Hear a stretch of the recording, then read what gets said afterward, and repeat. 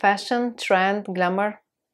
Picture yourself wearing that perfect outfit you just spotted the other day in the shop. Imagine wearing it at that perfect occasion, perfect date, perfect mood, perfect moment you already settled in your mind. This imagine of remarkable perfection where people consider you elegant and compliment you on what you wear. It's a reachable dream, right? You can be the person you dream up to be. At the end, it's gonna cost you just some money. Let's go buy it, whatever the price is. Whatever the price is. Talking about money, have you ever noticed that your banknote, credit card, coins, they all have two sides? Everything has two sides, and let me tell you more about the other side of fashion. Hello, I'm Alexandra, you're with Brave New World, and I'm gonna share with you what I know, what I've learned, and what I wish I knew before about fashion. We're gonna talk about this other side of fashion design that goes beyond glamour. I want to tell you about the exact second side of this industry you can find so less information about. And how I know that? Because I'm a designer and I saw and lived it in first place. Be sure fashion impacts your life on so many levels, such as why we choose certain products, how our choices are straight away linked to our personal growth, lifestyle, planet, and self-esteem. Fashion, and especially fast fashion, has human and environmental imprint. Have you ever heard about sustainability? The first time I did, it was in my first year of university, obviously in fashion design, in a semester class called Ethic Fashion. In this class, we was coming to know about the ethics of producing children's labor, the other part of the world, and chemicals thrown in the water after dyeing and printing processes. And back then, that was by the way 2010, I thought, well, yeah, I feel sorry for that, it doesn't sound nice, but I have more important things to focus on right now, such as handling university in a new country with new language, taking care of more important classes that would teach me fashion, trend, how to become a fashion designer, which was my dream since always, and who knows, maybe one day being an art director. So I didn't give a second thought in this lecture. Time passed, I graduated, I took few internships, one work after another, I experienced different companies, luxury and fashion brands, smaller and bigger ones. I was very excited and motivated to see as much as I can, learn as much as I can, understand more about the industry behind the glamour of fashion design. Everything was going according to my plan. I was very happy with the entire outcome of the process until the coin flipped for me and I saw its other side. It happened when I did my first trip to India visiting supplier. I will never forget that scene. I was going to the last floor of a production building where we had a supplier to give instruction about a bidding sequence I want them to make. So, some of the workers was barefooted directly on a creamy floor in a group of 5-6 people doing hand beading embroidery, bead by bead. I don't know if you can imagine how minuscule they are. They're just part of a millimeter. Taking each one of these beads, of these little pieces from a dusty little plastic bags all around the floor. And they would do this for more than 8 hours per day, with the fabric and 2 centimeters from their eyes, with bended back, sitting directly on that dusty floor. Do you know what is a production line? Production line is few sewing stations, how many depends on the complexity of a garment, where on each sewing station there is a person. Each production line makes one type of garment and each person makes one part of this garment. An example, one is gonna do just the side stitches, the other one is gonna be doing a collar attachment and so on. So far, nothing wrong, but none of these people that was working at these sewing stations can leave their working place, even to go to the bathroom, until their official break. And they will be paid based on the quantity of final product they achieve. And we talk about hundreds of garments per day. And often there is not such a thing as a minimum wage. And if you're sick or have any other inconvenience stopping you from going to at work, you not only are not going to be paid, but might lose your job as well. And this is only one small part regarding the human factor in fashion. I say part because there are like so many things going on also in design offices, like burnout and so on. But I think this one is a topic for another video. In a parallel with the human factor, fashion, but mostly fast fashion, has a massive environmental impact as well. Over 100 billion of garments, and we talk only about fast fashion over here, has been produced each year. I don't know if you can imagine 100 billion of garments. I don't know if you can imagine such a number, but for me at least, it's really difficult. And we talk about 100 billion garments to add in your wardrobe together with the garments you already own from previous years. Do you know how much of this garment end in landfill? 3 out of 5. It means 60%. It means 60 million garments end in landfill, and so we talk about overproducing. And do you know why? Because ironically, when you buy more, it costs less. When buyers buy more meters and so order more quantities, they have lower price per piece. Lower price for them means more profit margin.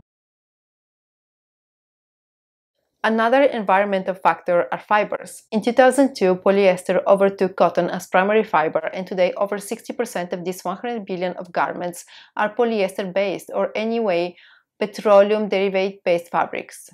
It takes a lot of energy to produce it, and it's highly water and air polluting.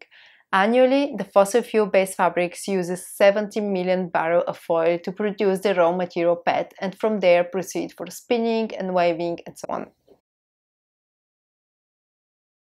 Water. Another environmental factor, one of my favorites. Roughly 150 liters of water are needed for only 1 kilogram of fiber across spinning, dyeing, finishing. 100 liters are a whole bathtub. Over 1 billion of garments has been produced every year using thousands of different chemicals. For dyeing, it's often used azo dyes, which are colorant responsible for the vivid color. This specific colorant can easily break down and release chemicals called aromatic amines that have been actually registered to cause cancer. Azo dyes components are found in 60 to 80% of all colorants.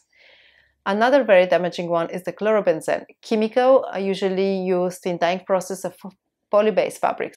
They're toxic, and a matter of fact, are dangerous if inhalated or through skin contact, and with the time can accumulate in the body and provoke damage in the liver, thyroid, central nervous system, and I think the list can just keep rolling up.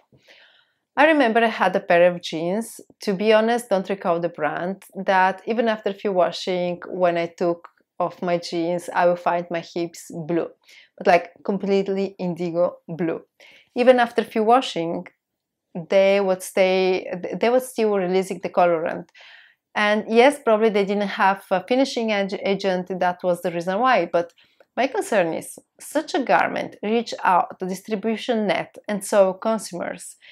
And it's surely not the first one. This speaks even more about the low control of quality in fast fashion. If something similar ever happened to you, let me know in the comments below. I'm gonna be thrilled to hear about that. Now, you remember how at the beginning of the video I talked about the perfect image of you in any situation and about how stunning you would look like with that new outfit. Well, this image is not gonna cost you just money. It's gonna cost you seeing a beach, inaccessible to enter, full of badly smelling algae when you go to your dream vacation in Playa del Carmen. Because after a garment has been washed, the chemicals are thrown in water and they actually reach international waters and have their impact on the flora and fauna. This new outfit you just can't imagine live without is gonna end up next to the other perfect outfits you had purchased in the past, but are still there in your wardrobe, never good enough to make you feel confident enough in the fact people will appreciate you for who you are, what you are doing, and not what you wear. This outfit will cost you your self-esteem. Because do you really think a garment can make you look perfect? It cannot. It's you who give a value to the garment and not the other way around. This new outfit might cost you your health.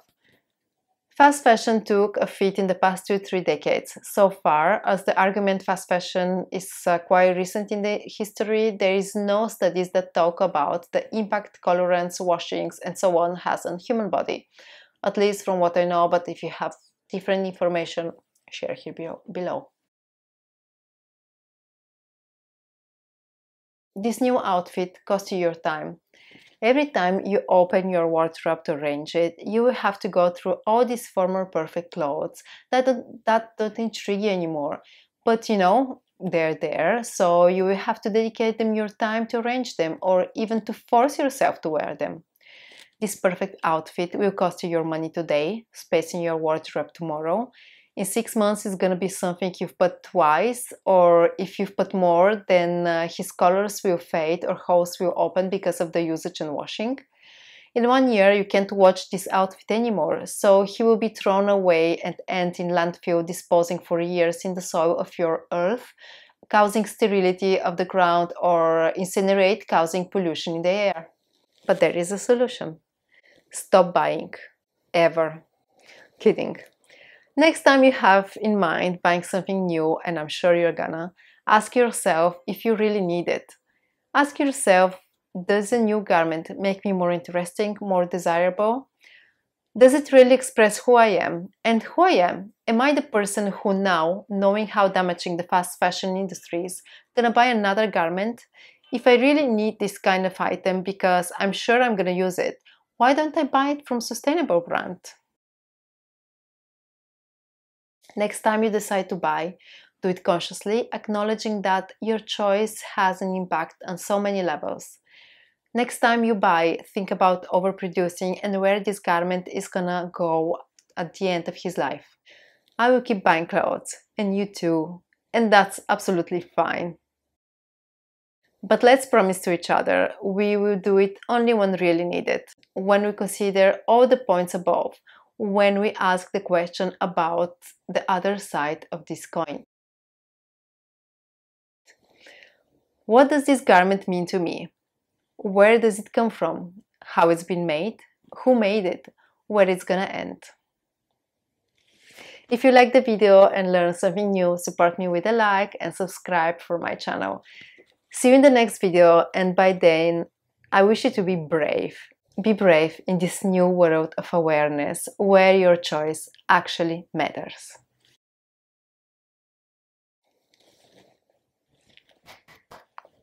Another one. Okay. Oof.